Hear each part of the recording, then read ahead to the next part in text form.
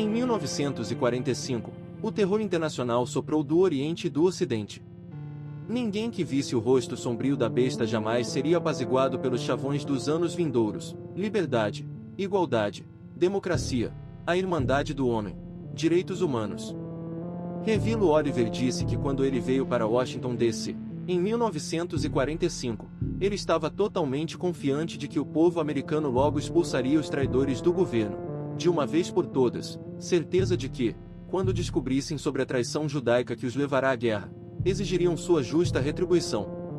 8 anos depois, com a queda de John McCarthy, Oliver admitiu para si mesmo que sua confiança anterior havia sido totalmente equivocada e ele estava terrivelmente errado.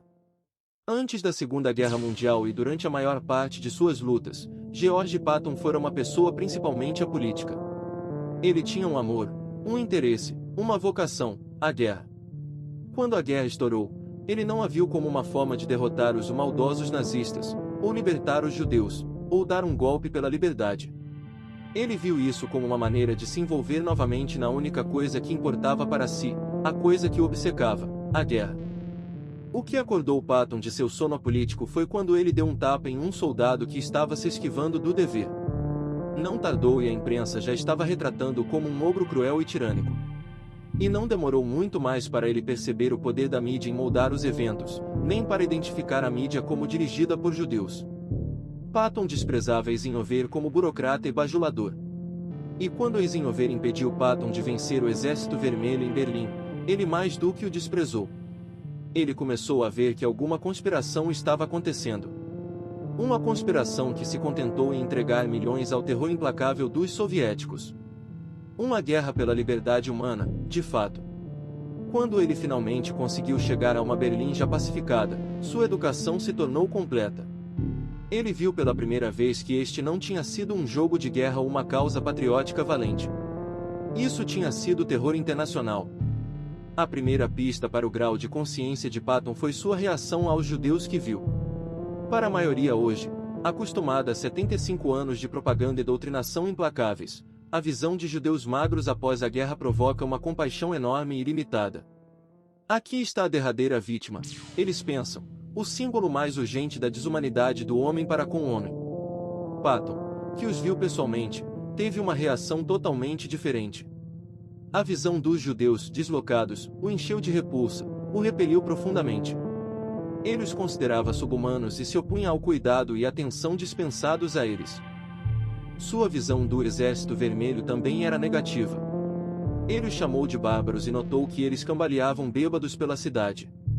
Por outro lado, ele via o povo alemão com enorme simpatia e ficava impressionado com ele. Ele disse que se você convocar 10 alemães e dizer a eles para cavar um buraco, quando você voltar em 1 ou 2 horas, você terá seu buraco. Era uma pessoa com quem ele poderia fazer negócios.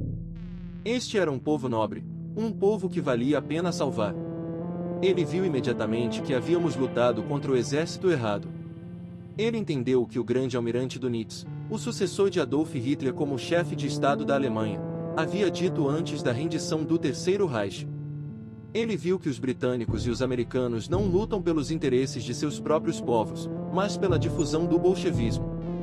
Patton percebeu tardiamente que ele e seus homens não tinham sido a vanguarda da libertação humana, mas foram usados como um instrumento contundente na promoção de uma conspiração criminosa internacional, uma conspiração de judeus em cargos importantes no governo americano. Esse conhecimento, é claro, contrariava a narrativa emergente que estava sendo contada pelos vencedores. Em suma, esse conhecimento era dinamite. Era um conhecimento que o povo americano precisava obter, mas que, com raras exceções, nunca o conseguiu. Patton imediatamente quis montar um exército, composto por tropas americanas e alemãs, com ele à frente. Um exército para expulsar os redes da Europa e de volta para os arredores de Moscou. Uma guerra de verdadeira libertação.